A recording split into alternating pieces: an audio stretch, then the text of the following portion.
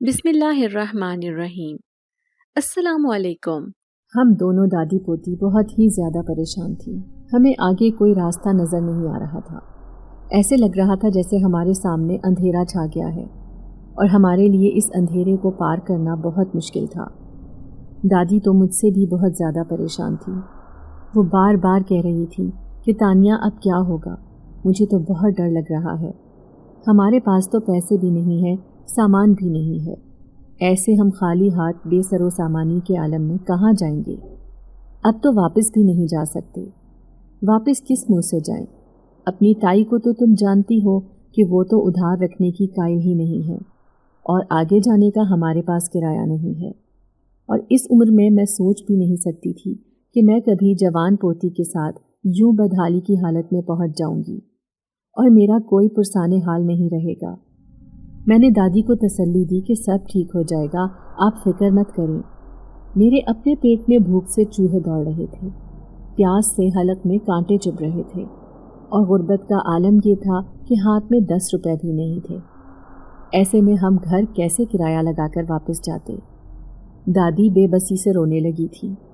پریشان تو میں بھی تھی، اور بھوک تو مجھے بھی بہت زیادہ لگ رہی تھی، کیونکہ میں نے تو کل سے کچھ بھی نہیں کھایا تھا، اور دادی کی حالت دیکھ کر تو میں حواس باختہ ہو رہی تھی۔ تبھی میری نظر سامنے پڑی۔ یہ ایک بہت بڑا مزار تھا، اور میں نے سنا تھا کہ اس شہر میں جگہ جگہ مزار تھے جہاں پر لوگ نظر نیاز وغیرہ دیا کرتے تھے، اور اکثر اجنبی، پردیسی اور بھوکے غریب غربا اسی مزار سے ہی کھانا کھایا کرتے تھے۔ میں دادی کو لے کر مزار پر آ گئی اور پھر ایک سائڈ پر بیٹھ گئی۔ مجھے کسی سے پیسے مانگتے ہوئے بھی شرم آ رہی تھی، اور یوں خالی ہاتھ بیٹھنا بھی مناسب نہیں تھا۔ مجھے اپنے لیے نہ صحیح دادی کے لیے کچھ کرنا تھا۔ تبھی میں چلتے چلتے مزار کے اندر آ گئی۔ وہاں پر ایک طرف ایک لڑکی کھڑی تھی، اس کے چہرے پر نقاب تھا اور اس کے ہاتھ میں بڑا سا شاپر تھا جس میں چھوٹے چھوٹے شاپر موجود تھے جن میں چاول تھے۔ میں اسے للچائی ہوئی نظروں سے دیکھ رہی تھی۔ اسے میری نظروں سے اس بات کا اندازہ ہو گیا کہ میں بھوکی ہوں۔ اس نے بنا کچھ کہے چاولوں کا ایک شاپر میری طرف کیا، تو میں نے اس سے کہا کہ میرے ساتھ میری دادی بھی ہے۔ بنا کچھ کہے اس نے دوسرا شاپر بھی میری طرف بڑھا دیا، اور پھر میں وہ چاول لے کر دادی کے پاس آ گئی، اور تب ہم دونوں نے پیٹ بھر کر کھانا کھایا تھا۔ چاول بہت مزے کے اور لذیذ تھے۔ دادی اس عورت کو دعائیں دینے لگی جس کے طفیل ہمیں یہ کھانا نصیب ہوا تھا، اور اب تو میرا پیاس سے برا حال تھا۔ چاولوں میں مرچیں بھی زیادہ تھیں جس کی وجہ سے میری طبیعت خراب ہونے لگی تھی۔ بھوک کے عالم میں نے وہ مرچوں والے چاول زیادہ کھا تو لیے تھے، لیکن اب جیسے میرے معدے میں جلن ہو رہی تھی۔ میں پانی کی تلاش میں یہاں سے وہاں پر نظریں دوڑاتی پھر رہی تھی۔ تبھی وہاں پر ایک لڑکا تھا جس کے ہاتھ میں جگ تھا، اور وہ تمام لوگوں کو سرخ رنگ کا شربت پلا رہا تھا۔ میں اس کے پاس آ گئی اور اس سے کہنے لگی کہ میں پیاسی ہوں۔ اس لڑکے نے مجھے دیکھا اور کتنی ہی دیر تک وہ میرے چہرے کی طرف دیکھتا رہا۔ نہ جانے وہ میرے چہرے پر کیا کھوج رہا تھا۔ اب کی بار میں اسے غصے سے بولی کہ مجھے پیاس لگی ہے، کیا آپ مجھے پانی دیں گے؟ نہیں تو مجھے بتائیں کہ مجھے کہاں سے پانی ملے گا، میں وہاں سے خود لے لیتی ہوں۔ اس نے جلدی سے شربت کا گلاس بھر کر میرے ہاتھ میں رکھ دیا۔ میں نے اس شربت کا گھونٹ پیا ہی تھا کہ میری روح میں جیسے تازگی اتر آئی تھی، اور میری تمام بے چینی، پریشانی جیسے ہوا میں تحلیل ہو گئی تھی۔ ایک عجیب طرح کا سکون مجھے محسوس ہو رہا تھا، اور پھر باقی کا شربت میں دادی کے پاس لے کر آ گئی۔ دادی نے بھی شربت کو پیا تو کہنے لگی کہ میری اتنی عمر گزر گئی ہے، مگر آج تک میں نے ایسا ذائقہ زندگی میں نہیں چکھا۔ یہ تم کہاں سے لے کر آئی ہو؟ اس کے بعد ہماری بھوک تو مٹ گئی تھی، مگر اب مسئلہ جوں کا توں قائم تھا کہ ہم لوگ واپس کس طرح سے جاتے۔ دادی سخت پریشان تھیں کہ کیا کیا جائے، اور میں تو ان سے زیادہ بدحواس ہو گئی تھی، کیونکہ آتے جاتے اکثر لڑکے میرے ساتھ دادی جیسے کمزور سہارے کو دیکھتے تو ان کی آنکھوں میں عجیب سی چمک آ جاتی تھی، اور وہ عجیب سے انداز میں مجھے گھورنے لگتے تھے۔ بلکہ اب تو کئی لڑکے میرے آس پاس گھومنے لگے تھے جنہیں دیکھ دیکھ کر میں خوفزدہ ہو گئی تھی۔ یہ غنیمت تھا کہ دادی کی دور کی نظر کمزور تھی، اور انہیں وہ لڑکے وہاں پر گھومتے ہوئے مجھے گھورتے ہوئے نظر نہیں آ رہے تھے، ورنہ تو دادی کی پریشانی کا عالم ہی جدا ہوتا۔ میں دادی کو لے کر مزار کے اندرونی حصے میں آ گئی تھی۔ یہاں پر بہت ساری عورتیں تھیں اور ہم دونوں بھی ایک طرف بیٹھ گئے تھے۔ اب شام کا اندھیرا ہر سو پھیلنے والا تھا۔ سمجھ نہیں آ رہی تھی کہ ہم رات کہاں گزاریں گے۔ دادی تو یہی سوچ سوچ کر پریشان ہو رہی تھی۔ اور پھر ایک ایک کر کے وہاں سے لوگ جانے لگے۔ اکا دکا لوگ وہاں پر رہ گئے تھے۔ رات کو بھی یہاں پر بہت رونق تھی، مگر پھر ایک دم تنہائی پھیل گئی تھی۔ یہاں پر 2-4 لڑکے نظر آ رہے تھے جو کام کاج کر رہے تھے، اور کوئی وہاں پر برتن دھو رہے تھے، کوئی صفائی ستھرائی کا کام کر رہے تھے۔ تبھی میرے سامنے وہ لڑکا آیا جس نے مجھے وہ شربت پلایا تھا۔ مجھے دیکھ کر پھر سے اس کی آنکھیں ٹھٹک گئی تھیں۔ وہ میرے پاس آیا اور کہنے لگا، کیا بات ہے، آپ لوگ کیا مسافر ہیں، اجنبی ہیں؟ اتنی دیر گزر گئی ہے، میں کب سے دیکھ رہا ہوں کہ آپ دونوں اکیلی یہاں پر بیٹھی ہیں۔ کیا آپ کو کسی کا انتظار ہے؟ میں نے اس کی بات کا کوئی جواب نہیں دیا تھا۔ دادی اسے کہنے لگی کہ تمہیں کیا بتائیں، ہم حالات کے ستائے ہوئے ہیں۔ ہمارا سامان کسی نے لوٹ لیا ہے اور ہمارے پاس جو پیسے تھے وہ بھی لوٹ لیے۔ اب ہم خالی ہاتھ ہیں اس اجنبی شہر میں۔ ایک ہی ہمارا رشتہ دار تھا جس کے گھر سے ہم لوگ غصے کے عالم میں نکل کر آئے ہیں، اور اب تو وہاں پر جانے کی ہمت بھی ہم میں نہیں ہے، اور دوسرا وہاں پر جانے کے لیے بھی کرایہ چاہیے جو کہ ہمارے پاس نہیں ہے۔ دادی نے اسے تفصیل سے یہ بات بتا دی تھی۔ میں دادی کا ہاتھ دبا کر انہیں خاموش رہنے کا اشارہ کر رہی تھی، مگر دادی تھی جو میری کوئی بات سن ہی نہیں رہی تھی۔ اور پھر اس لڑکے کو میں نے کہا کہ ہم اپنا بندوبست کر لیں گے، آپ اپنے کام سے کام رکھیں۔ نہ جانے کیوں مجھے اس لڑکے کا خود کو گھورنا اچھا نہیں لگ رہا تھا۔ میں جانتی تھی کہ اس بڑے شہر کے لڑکے کس قسم کے ہیں۔ وہ لڑکیوں کو اپنے دام میں پھنسانے کے چکر میں رہتے ہیں، اور پھر ان سے مطلب نکال کر انہیں ٹیشو پیپر کی طرح استعمال کر کے پھینک دیا کرتے ہیں۔ مجھے ایسے لفنگے لڑکوں سے سخت نفرت تھی، اور تبھی میں ایسے لڑکوں سے دور دور ہی رہتی تھی۔ جب ہی میں دادی کو بھی اس کے ساتھ زیادہ بات کرنے سے منع کر رہی تھی۔ جانتی تھی کہ اگر وہ چمٹ گیا تو اس سے جان چھڑوانا مشکل ہو جائے گا۔ دادی کہنے لگیں کہ میں نے دنیا دیکھی ہے، میں انسانوں کو پہچان لیتی ہوں۔ وہ نہایت شریف لڑکا تھا اور تم نے بلا جواز اس بیچارے کو ڈانٹ دیا۔ تب میں دادی کو کچھ کہتے کہتے رک گئی کہ اگر آپ اس کی گھورتی ہوئی نظروں کو دیکھ لیتی تو آپ کو اندازہ ہو جاتا کہ وہ کتنا شریف اور اچھا لڑکا تھا۔ تھوڑی دیر کے بعد میں نے اس لڑکے کو وہاں سے جاتے ہوئے دیکھا تھا، اور جاتے جاتے وہ پھر سے پلٹ کر مجھے گہری نظروں سے دیکھ رہا تھا، اور میں پھر سے خوف میں مبتلا ہو گئی تھی۔ اب وہاں پر کوئی بھی نہیں تھا۔ تبھی وہاں پر چند آوارہ لڑکے آ گئے جو مجھے اکیلا دیکھ کر مجھ پر آوازیں کسنے لگے تھے، اور ان میں سے کچھ لڑکے تو باقاعدہ مجھ سے چھیڑخانی کرنے لگے تھے۔ یہ سب دیکھ کر میں بوکھلا گئی اور دادی بھی پریشان ہو گئی۔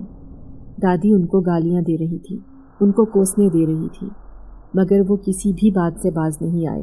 تو دادی پھر رو رو کر انہیں کہنے لگی کہ خدا کے لیے چلے جاؤ یہاں سے، میری یتیم پوتی کا پیچھا چھوڑ دو، خدا کا خوف کھاؤ۔ میری دادی جتنی ان سے التجا کر رہی تھی اتنا ہی وہ لوگ سر پہ چڑھتے جا رہے تھے۔ ان کی گستاخیاں بڑھتی جا رہی تھیں۔ تبھی وہ آواز گونجی، یہاں پہ کیا ہو رہا ہے؟ ان چاروں لڑکوں نے پلٹ کر دیکھا تو وہاں پر وہی لڑکا کھڑا تھا، اور اس وقت اس کے ہاتھ میں ایک موٹا سا ڈنڈا تھا۔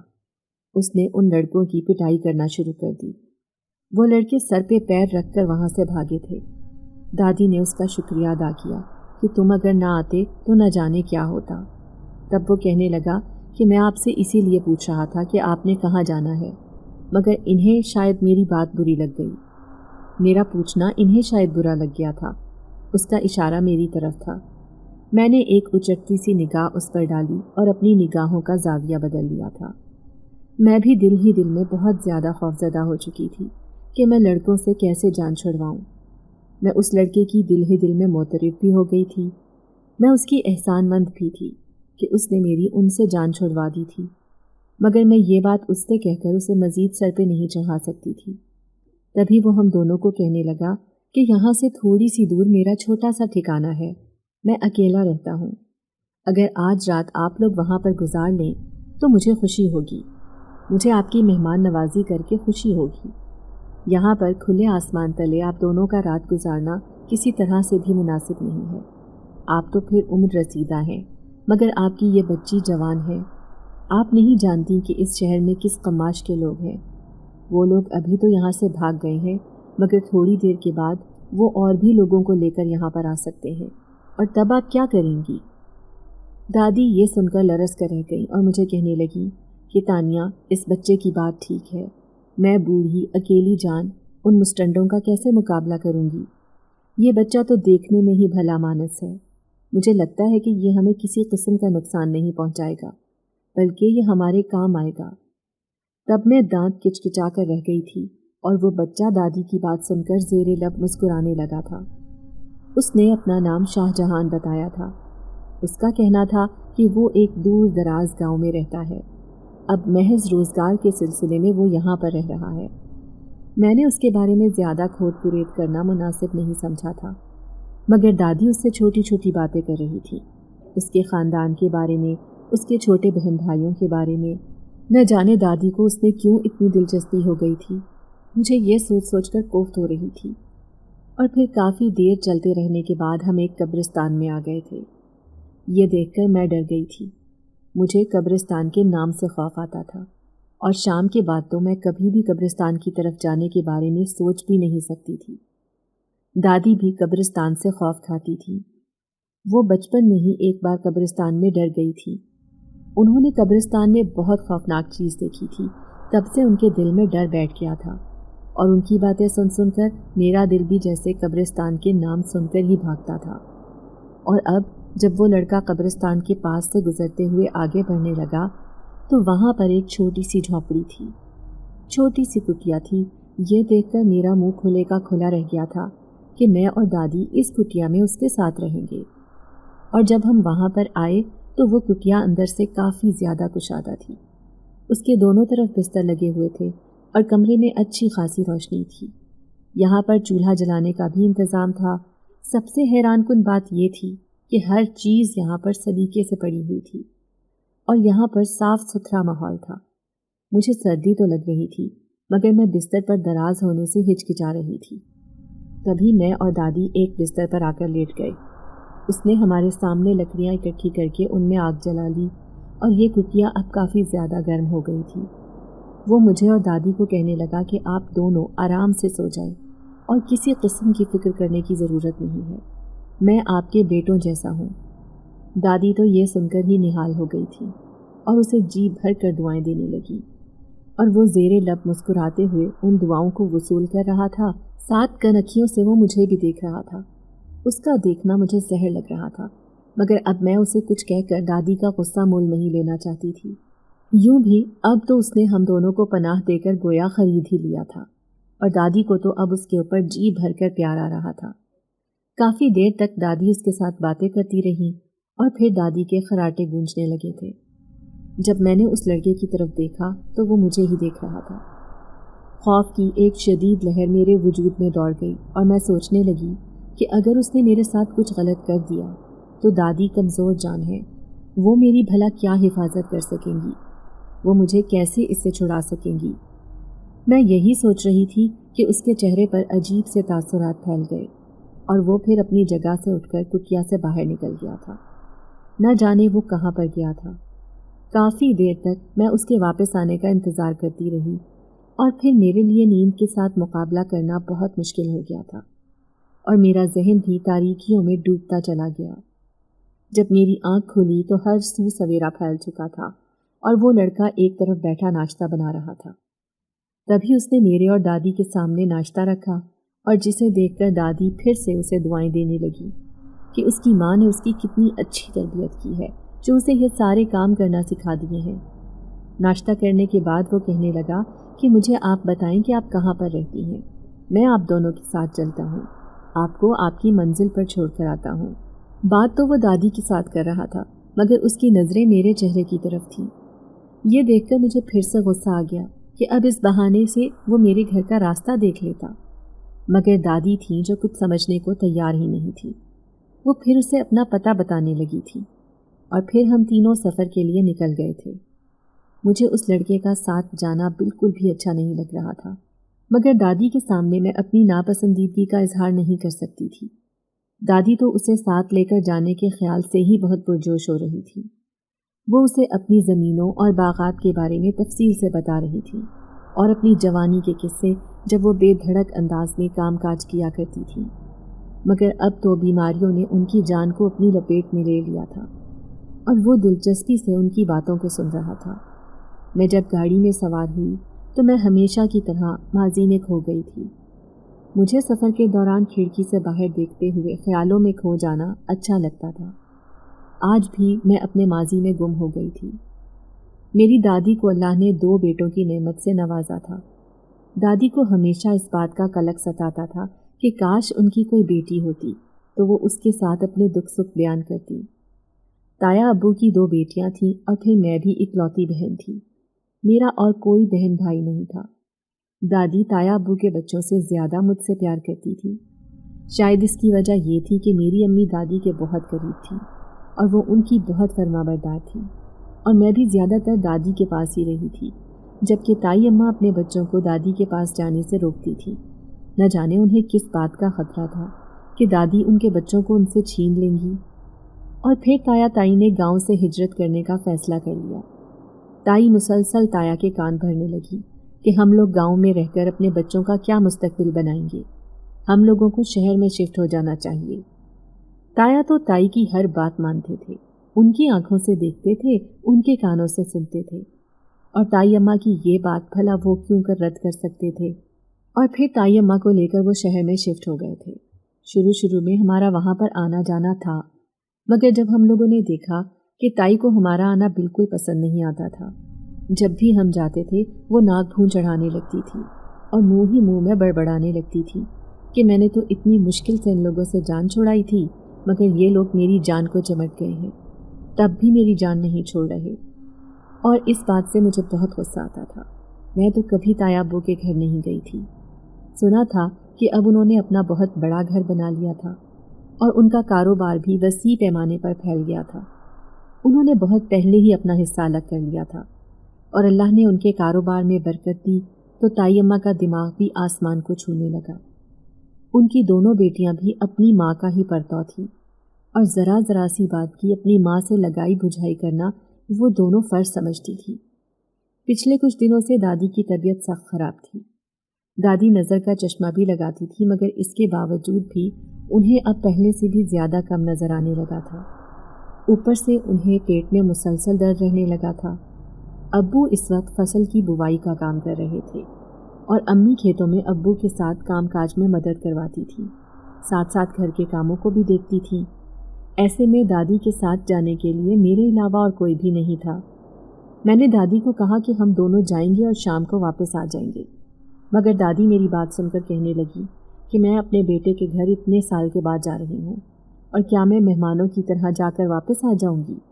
चंद दिन तो मैं अपने बेटे के साथ रहूँगी। अब तो मुझे उसकी शक्ल भी भूलने लगी है। ये बात कहकर दादी रोने लगी थी। मुझे उनसे हमदर्दी होने लगी। फिर मैंने कुछ भी मज़ीद कहने से गुरेज किया था।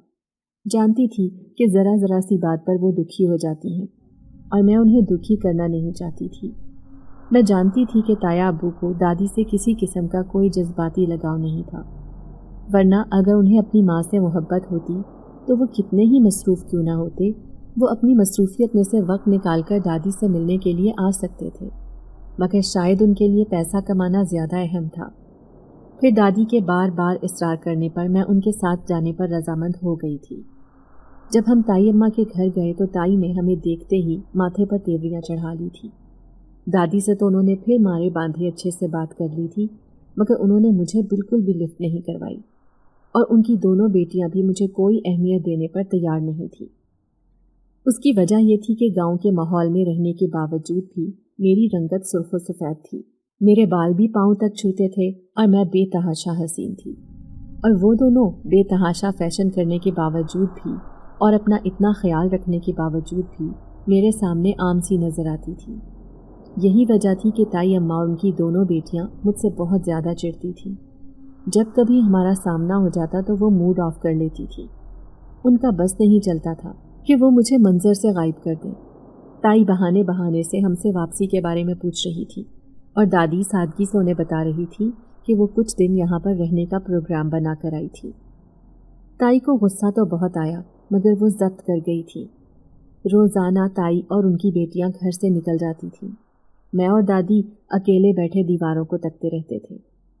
मेरी जब दादी के बूढ़े चेहरे पर नज़र पड़ी तो मेरा दिल दुख से भर गया था। वो क्या सोच कर आई थी और क्या हुआ था? कितने दिन हो गए थे हमें यहाँ पर आए हुए, और अभी तक ताया अब्बू दादी के पास थोड़ी देर के लिए भी नहीं बैठे थे। ताया अब्बू ऑफिस से आते तो सीधा अपने कमरे में चले जाते। आज कोई 1 घंटे के बाद वो आए तो सरसरी से अंदाज में हम दोनों को सलाम करके हाल अहवाल दरियाफ्त करके वो हमारे सामने बैठ गए थे। उनकी हद दर्जे बेमुरव्वती पर मुझे बहुत गुस्सा आया था, मगर मैं कुछ कह नहीं सकती थी। तभी वहाँ पर विक्की आ गया। विक्की ताया अब्बू का बेटा था। मुझे वो एक आंख भी नहीं भाता था, और वो हमेशा की तरह जहाँ पर भी लड़की देखता मक्खी की तरह उसके साथ चिपक जाता था। अभी भी ऐसा ही हुआ। मुझे देखकर वो राल टपकाने लगा था और मुझे हमेशा की तरह गुस्सा आ गया था। फिर दादी को लेकर मैं अपने कमरे में आ गई, और ये कमरा क्या था? एक छोटा सा स्टोर था जहाँ पर उन लोगों ने फालतू काट कबाड़ फैला रखा था। यहाँ पर ताई अम्मा ने हमारे लिए 2 बिस्तर लगवा दिए थे। हम दोनों के लिए इससे ज़्यादा सस्ता और नाकारा कमरा उन्हें कोई और नहीं मिला था। ये देखकर मेरी आंखों में आंसू आ गए थे कि ताया अब्बू के इतने बड़े घर में अपनी माँ के लिए क्या यही कमरा रह गया था। मगर जब ताया खुद ही अपने रिश्तेदारों को अहमियत देने पर तैयार नहीं थे तो ताई और उनकी बेटियां क्यों हमें अहमियत देती। दादी से मैंने कहा कि हमें जल्दी वापस जाना है। आप नहीं जानती कि यहाँ पर रहना मेरे लिए बहुत मुश्किल है। इन लोगों का रवैया मेरे लिए नाकाबिले बर्दाश्त है। और अगले दिन मैं फिर खुद ही दादी को लेकर डॉक्टर के पास गई। गो के मुझे रास्तों का इल्म नहीं था और ना ही मुझे क्लिनिक के बारे में कुछ पता था, मगर फिर भी मैं घर से बाहर निकलकर रिक्शे वाले से पूछकर वहाँ पर आ गई थी। डॉक्टर ने दादी की नज़र चेक की तो उनकी नज़र पहले से कमज़ोर हो गई थी और उन्हें गुर्दे में इन्फेक्शन भी था। उसने बहुत सी दवाएं लिख कर दी थी, और अभी हमें वहाँ पर रहते कुछ ही दिन हुए थे कि ताई अम्मी ने बात बात पर मुझे टोकना शुरू कर दिया। और उस दिन तो हद हो गई। उन्होंने तमाम मुलाजमों को छुट्टी दे दी और मुझे कहने लगी कि घर की सफाई सुथराई कर दो, किचन में बर्तन पड़े हैं वो भी धो लो, और शाम के लिए अच्छा सा खाना भी बना लेना। यह सुनकर दादी को गुस्सा आ गया और वो कहने लगी कि ये तुम्हारी नौकरानी तो नहीं है, तुम अपनी बेटियों से कहो कि वो ये काम कर देंगी। ताई कहने लगी, नौकरानी नहीं है तो क्या हुआ, क्या ये अपने घर में काम नहीं करती थी? अगर यहाँ पर कर लेगी तो क्या हो जाएगा? यूं भी ये क्या यहाँ पर मुफ्त की रोटियां तोड़ने के लिए रह रही है? उनकी ये बात सुनकर मेरा गुस्से से दिमाग घूम गया था। दादी जो हर बात को नज़रअंदाज करती थी और मुझे हमेशा ये कहती थी कि इनकी बातों को दिल पर मत लो, जब उन्होंने ताई के मुंह से मेरे लिए ये बात सुनी तो उन्होंने फ़ौरन से वापसी का इरादा कर लिया था। और ताई अम्मा तो शायद यही बात चाहती थी। उन्होंने हमें रोकने की रस्मी सी भी कोशिश नहीं की थी। और फिर हम दोनों सामान लेकर घर से बाहर निकल आए थे। हम जिस रिक्शे में सवार हुए थे तमाम सामान उसी रिक्शे में रख दिया था, और फिर जैसे ही मैं और दादी रिक्शे से उतरे तो रिक्शे वाला उसे भगा कर ले गया था। हमारा सारा सामान और पर्स उसी रिक्शे में ही था, और वो सब कुछ उस रिक्शे के साथ ही चला गया था। मैं और दादी बुरी तरह से रोने लगे थे कि अब क्या करें, और फिर वहाँ से हम लोग पैदल चलने लगे थे। अब वापसी का तो सवाल ही पैदा नहीं होता था। जिस तरह से हम ताई के घर से निकले थे, अगर वापस जाते तो वो हमारा और मजाक उड़ाती, और ऐसा मैं और दादी कभी नहीं चाह सकते थे। और ये भी गनीमत था कि हमारी एक अच्छे इंसान से मुलाकात हो गई, वरना न जाने क्या होता। मैं भी दिल ही दिल में उस लड़के की अच्छाई की कायल हो गई थी, मगर उसका मुझे बात बात पर घूरना, मुझे ये बात नाकाबिले बर्दाश्त लग रही थी। अब जब हम अपने गांव पहुंच गए थे तो मुझे गोया सुकून का एहसास हुआ था। मैंने दादी को जैसे ही सहारा देने के लिए उनके आगे हाथ बढ़ाया, तभी वो लड़का दरमियान में आ गया और उसने दादी को अपने बाजुओं का सहारा दे दिया था। और फिर ये देखकर मुझे गुस्सा आ गया कि दादी ने फ़ौरन ही अपनी पार्टी बदल ली थी और उसके साथ चलने लगी थी। मैं फिर गुस्से से घर में दाखिल हो गई थी। अम्मी ने मेरा लाल भभूका चेहरा देखा तो वो हैरान रह गई। तभी उनकी बाहर नज़र पड़ी तो दादी से पूछने लगी कि ये लड़का कौन है। तब दादी ने उस लड़के की तारीफ में ज़मीन और आसमान के कुलाबे मिला दिए थे और वो भी सर झुकाए जैसे अपनी तारीफ़ें सुनता ही जा रहा था। अम्मी को दादी की ये बात बहुत बुरी लगी थी कि उन्हें एक नौजवान को घर में नहीं लाना चाहिए था, मगर इस बात पर वो भी उसका शुक्रिया अदा कर रही थी कि उसने मुश्किल वक्त में हमारी मदद की। अगर वो हम दोनों को यहाँ पर छोड़कर ना जाता तो न जाने हमारे साथ क्या होता। वो रात जब मुझे याद आती तो मैं कांप कर रह जाती थी। अगर वो मेरी मदद ना करता तो आज शायद मेरे हालात इससे मुख्तलिफ होते। मैं सबसे मुंह छुपाती फिर रही होती। और फिर वो हम दोनों को यहाँ पर छोड़ने के बाद वापस चला गया था। और फिर कुछ दिन के बाद मेरी अपनी रूटीन शुरू हो गई थी। मगर जब से मैं ताई अम्मा के घर से वापस आई थी, मेरे साथ अजीबो-गरीब वाक़यात होने लगे थे।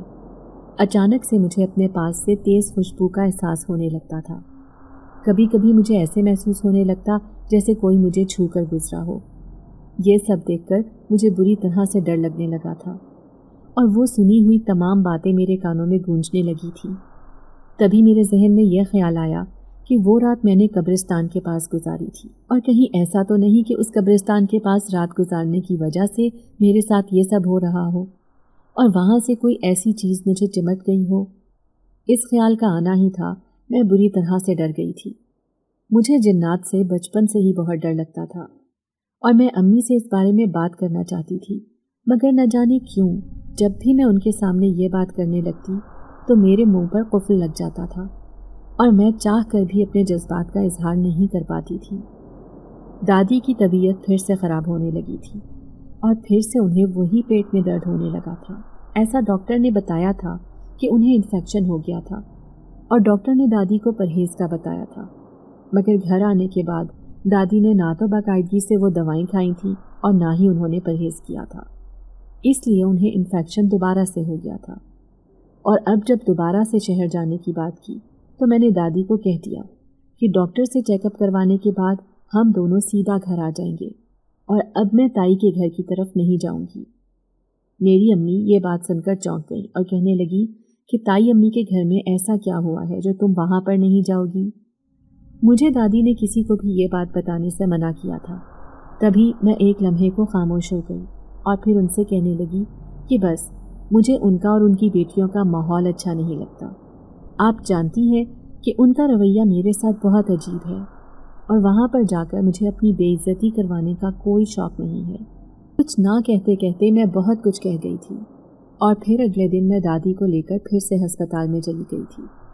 डॉक्टर ने दादी को ख़ास तौर पर ताकीद की कि आज के बाद आपने बदपरहेज़ी नहीं करनी और इन दवाओं का बाकायदगी से इस्तेमाल करना है। और अब तो दादी को तकलीफ़ की शिद्दत पहले से ज़्यादा थी और दादी ने मुझसे वादा किया था कि वो अब डॉक्टर की तमाम हिदायत पर अमल करेंगी और अब बिल्कुल भी बदपरहेज़ी नहीं करेंगी। हम जैसे ही अस्पताल से बाहर निकले तो वहाँ पर शाहजहान खड़ा था। उसे देखकर मुझे अजीब सा एहसास हुआ था। मेरे दिल की धड़कन बेतरतीब हो गई थी। मैं जितनी देर भी डॉक्टर के पास बैठी रही थी मैं उसी के बारे में सोचती रही थी। हालांकि जब मेरी उसके साथ पहली मुलाकात हुई थी तो तब मुझे उसको देखकर बहुत गुस्सा आया था और अब उसके लिए मेरे जज्बात बिल्कुल बदल गए थे। जब मैंने उसे अपने सामने देखा तो मेरा दिल अजीब अंदाज में धड़कने लगा था। वो भी मुझे और दादी को देखकर हमारे पास आ गया। दादी उसे देखकर जैसे खुशी से निहाल हो गई और फिर वो हमारे साथ चलते चलते बाहर आ गया। बाहर आकर उसने जब गाड़ी का दरवाज़ा खोला तो ये देखकर मैं हैरान रह गई कि वो शख्स जो एक छोटी सी कुटिया में रहता था उसके पास इतनी बड़ी गाड़ी कहाँ से आ गई। यही बात उससे पूछी तो वो कहने लगा कि मेरे पास इस तरह की बहुत सी गाड़ियाँ हैं मगर मैं उन्हें इस्तेमाल ज़रूरत के वक्त ही करता हूँ और वो तो मेरा आर्जी ठिकाना है। जब कभी मेरा दरवेशी इख्तियार करने का दिल करता है तो मैं वहाँ पर चला जाता हूँ। उसने मेरी बात का तफसील से जवाब दिया था। उसकी कुछ कहती हुई बोलती हुई निगाहें मेरे दिल को अपनी जानिब खींच रही थी। मैंने उसे नज़रअंदाज किया और फिर उसकी शानदार गाड़ी में बैठ गई थी।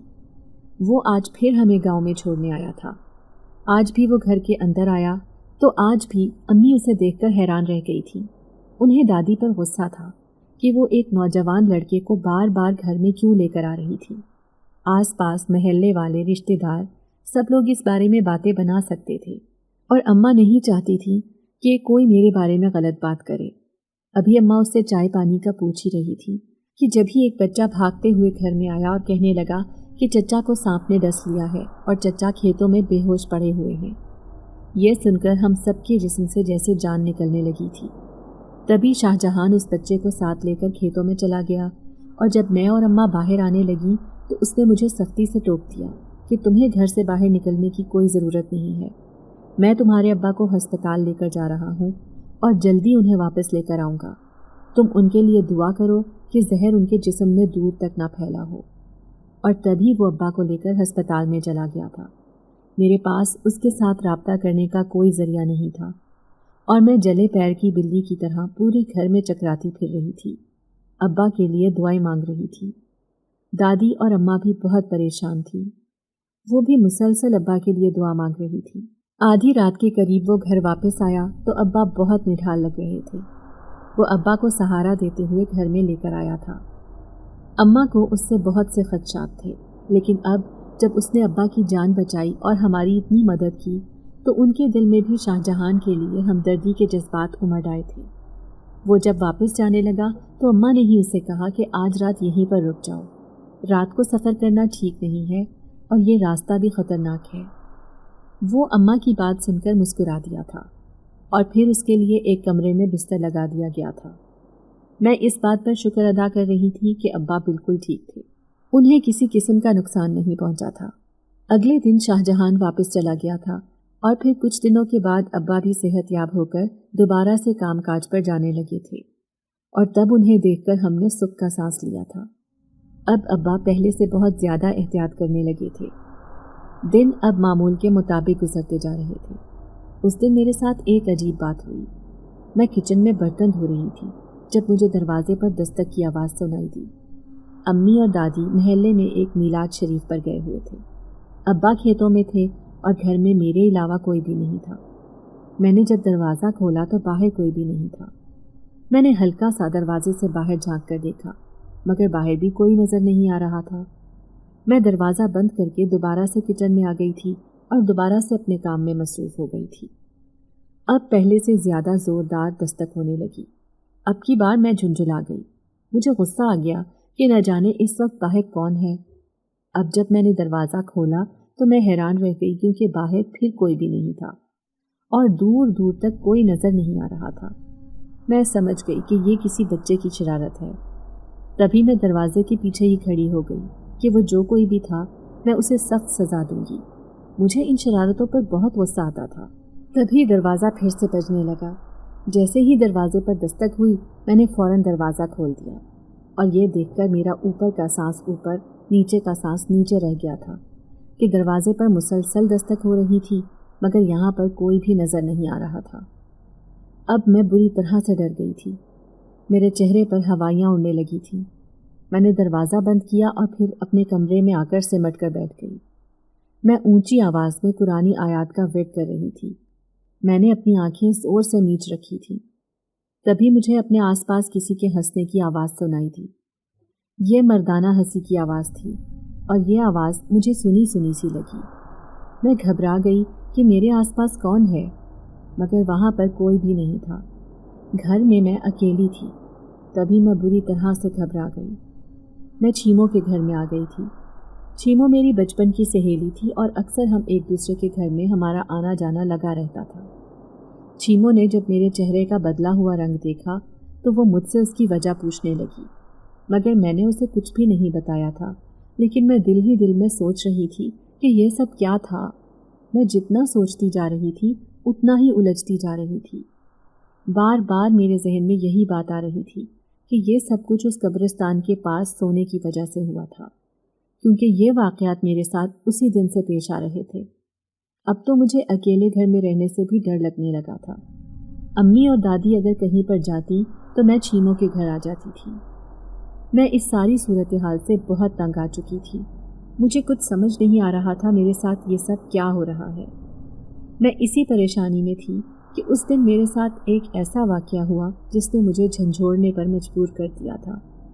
उस दिन भी अम्मा और दादी घर पर नहीं थी और मैं छीमों के घर जाने ही वाली थी जब दरवाजे पर दस्तक हुई। दरवाज़ा खोलकर सामने देखा तो अब्बा खड़े थे। अब्बा को देखकर मैं हैरान रह गई। वो उमूमन इस टाइम घर पर नहीं आया करते थे। घर में आने के बाद वो कहने लगे कि मुझे सर में दर्द है, मुझे तुम्हारे हाथ की चाय पीने का बहुत दिल कर रहा था। ये बात कहकर वो सहन में चारपाई पर बैठ गए थे और वो मुझे अजीब नज़रों से देखे जा रहे थे। अब्बा के देखने का अंदाज़ मुझे बहुत अजीब और मुख्तलिफ लग रहा था, मगर मैं इस बात पर ज़्यादा गौर किए बगैर किचन में अब्बा के लिए चाय बनाने लगी थी। मैं इस बात पर शुक्र अदा कर रही थी कि अब्बा घर पर आ गए थे और उनकी मौजूदगी में मुझे ढारस हो गई थी। अब्बा को मैंने चाय दी तो आज उन्होंने खिलाफ़े मामूल मेरी चाय की बहुत ज़्यादा तारीफ़ की थी। उमूमन अब्बा को मेरे हाथ की चाय पसंद नहीं आती थी, वो हमेशा अम्मा के हाथ की चाय पीते थे। और आज जब अब्बा ने मेरे हाथ की चाय की तारीफ़ की तो मेरा जैसे सेरों खून बढ़ गया था। थोड़ी देर के बाद अब्बा काम पर चले गए। जब फिर से दरवाजे पर दस्तक होने लगी, जब मैंने दरवाज़ा खोला तो सामने फिर से अब्बा खड़े थे। वो निढाल होकर चारपाई पर गिर गए और कहने लगे कि आज मेरी तबीयत कुछ ठीक नहीं, तुम मुझे मेडिसिन दो और चाय भी साथ बना कर दो ताकि मेरी तबीयत थोड़ी बेहतर हो। अब्बा की बात सुनकर मैं हक्का बक्का रह गई थी। अब्बा, अभी तो आपने चाय पी थी और अब आप फिर से चाय पीने वाले हैं। अब्बा मुझे हैरत से देखने लगे और कहने लगे कि नाश्ता किए हुए मुझे कितने घंटे गुजर चुके हैं और तुम अभी तक उस चाय को याद रखे हुए हो। अब्बा की बात सुनकर मेरा मुंह खुले का खुला रह गया था। अभी 5 मिनट पहले जो घर में आया था वो कौन था? खौफ से मेरे रोंगटे खड़े हो गए थे और दहशत के मारे मुझे बुखार हो गया था। 3 दिन तक मैं बिस्तर से उठ नहीं सकी थी। अम्मी और दादी मेरी हालत की वजह से परेशान थी। वो उठते बैठते मुझ पर दम दरूद कर रही थी, मुझ पर दुआएं पढ़ पढ़ कर फूंक रही थी, मगर मुझ पर जैसे कोई चीज़ असर ही नहीं कर रही थी। मेरे दिल में एक डर बैठ गया था। खौफ ने मुझे अपने तसल्लुत में ले लिया था। रात का वक्त था, मैं अकेले सोने से भी डरने लगी थी। काफ़ी देर से मुझे नींद नहीं आ रही थी और मैं बेचैनी से बिस्तर पर करवटें बदल रही थी और सोच रही थी कि अम्मा के कमरे में जाकर सो जाऊं। अकेले सोने से मुझे बहुत डर लग रहा था। खौफ से मेरा बुरा हाल हो गया। तभी दरवाज़ा खोलकर जो शख्स कमरे में आया, उसे देखकर मैं अपने बिस्तर पर उठकर बैठ गई थी, क्योंकि कमरे में दाखिल होने वाला कोई और नहीं बल्कि शाहजहां था। वो आहिस्तगी से चलता हुआ मेरी चारपाई पर आकर बैठ गया था। उसके चेहरे पर शर्मिंदगी और नदामत के आसार थे। वो मुझे कहने लगा कि मैं तुम्हारे साथ महज मजाक कर रहा था, तुम्हें तंग कर रहा था। मुझे अंदाज़ा नहीं था कि तुम इतना डर जाओगी। अगर मुझे इस चीज़ का अंदाज़ा होता तो मैं तुम्हारे साथ कभी भी ऐसा न करता।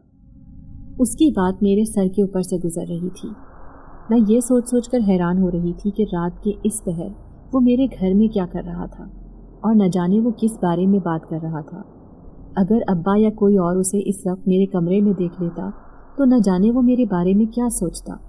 मैंने उसके आगे हाथ जोड़ दिए और उसे कहने लगी कि तुम यहाँ से चले जाओ, अगर किसी ने देख लिया तो मेरे लिए मुसीबत खड़ी हो जाएगी। वो कहने लगा, तुम्हें किसी से डरने की कोई ज़रूरत नहीं है। अगर कोई यहाँ पर आ भी गया तो मुझे कोई देख नहीं सकेगा।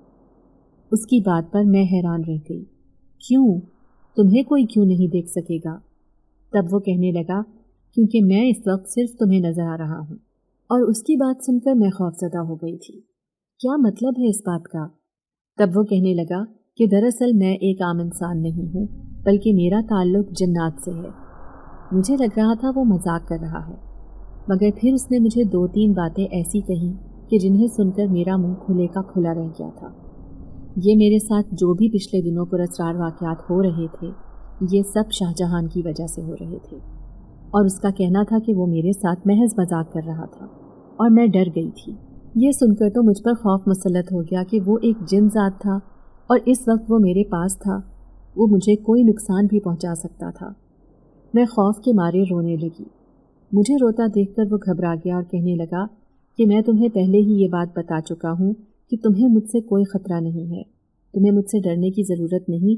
मैं तुम्हारा दुश्मन नहीं हूँ, मैं तुम्हारा खैर ख़्वाह हूँ और मैं तुम्हें कभी कोई नुकसान नहीं पहुँचाऊँगा। इसके बाद वो फ़ौरन ही अपनी जगह से गायब हो गया था और मैं हक तक सी रह गई थी। अब मुझे इस बात पर यकीन आ गया था कि वो जो अपने बारे में कह रहा था वो सच था।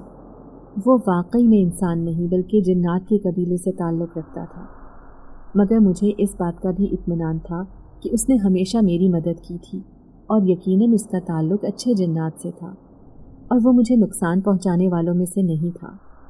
کتنے ہی دن گزر گئے، اس کے بعد میرے ساتھ کبھی پراسرار واقعہ پیش نہیں آیا تھا، مگر مجھے اپنے آس پاس وہ تیز خوشبو کا احساس ہوتا تھا جو مجھے شاہ جہان کی یاد دلاتی تھی، کیونکہ اس خوشبو کا احساس اس کی موجودگی میں ہی ہوتا تھا۔